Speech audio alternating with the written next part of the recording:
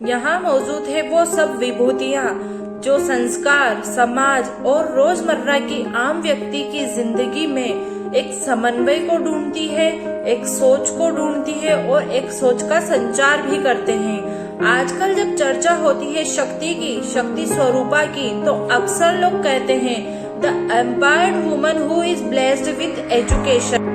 लेकिन मेरे देश की महिला शक्ति का एहसास मुझे पहली बार तब हुआ जब प्रतिभा की तरह मैं भी एक स्टेज से जुड़ी थी और एक महिला से मेरा जब परिचय हुआ तो मैंने उस महिला से पूछा कि आज मंच पर तुम्हारा परिचय करवाऊं तो करवाऊं कैसे, परिचय में क्या कहूं। तो उस महिला ने बेबाक तरीके से मुझसे कहा कि मेरा परिचय कराते वक्त बोलिएगा जरूर कि मैं वो औरत हूँ जिसने अपनी ही बेटी को मारने का प्रयास किया लेकिन विफल हो गई। मैंने कहा इतना क्रूर कौन होता है, अपने ही इतना क्रूर व्यक्ति कौन होता है अपने इंट्रोडक्शन में। तो उसने कहा कि नहीं, बोलिएगा जरूर। एक साधारण गांव की महिला थी, पंजाब से थी, लगभग कुछ 16 साल पहले की बात थी, लेकिन उसकी कहानी आज भी याद है और दिल को छू गई। मैंने जब उससे पूछा कि आप ऐसा क्यों कहती है कि आपका परिचय है कि आप वो माँ हैं जिसने अपनी बेटी का कत्ल करने का प्रयास किया लेकिन विफल रही, तो उसने कहा कि नवंबर दिसंबर की ठंड में मैंने अपनी तीसरी बेटी को जन्म दिया और पति ने पहले ही आगाह कर दिया था कि यदि तीसरी भी बेटी होती है तो घर लौटना मत। अस्पताल में मिलने कोई नहीं आया।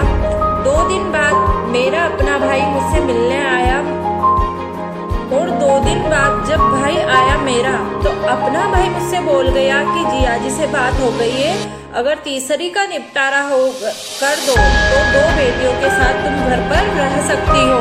तो निपटारे की क्या तैयारी थी? महिला से कहा गया कि इसको कुछ इस तरीके से मारना कि पुलिस को शक न हो। वो महिला अपनी 3 दिन की बेटी को घर लेकर लौटती है।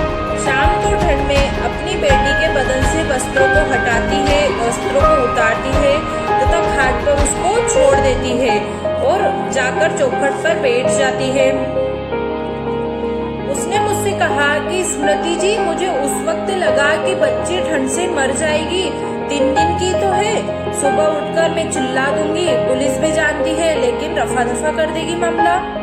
वह चौखट पर ही सो गई। वह बेटी की मौत का इंतजार करते करते वह चौखट पर ही सो गई और भोर होते होते मैं डरते डरते उस खाट के पास गई। अब बच्ची का शरीर रखा होगा, अब बच्ची का बदन रखा होगा मरा हुआ, अब चिल्लाने की बारी है। और उसने कहा कि मैंने जाकर पलंग के पास देखा कि मेरी बच्ची सर से लेकर पांव तक नीली थी लेकिन जिंदा थी। उसने कहा कि उस दिन मैंने तय किया स्मृति जी कि यदि मेरी बच्ची पूरी रात ठंड से लड़ सकती है, पूरी रात मौत से लड़ सकती है, तो मैं अपने पति से क्यों नहीं लड़ सकती। कई लोगों को यह भ्रम है कि महिलाओं को शक्ति का एहसास दिलवाना पड़ता है। कई लोगों को भ्रम है कि महिला को सशक्त करना पड़ता है, सशक्त होना पड़ता है। कुछ तो ऐसे भी मिलते हैं जो हम पर एहसान जताते हैं कि चिंता मत करो, हम तुम्हारा सहारा है।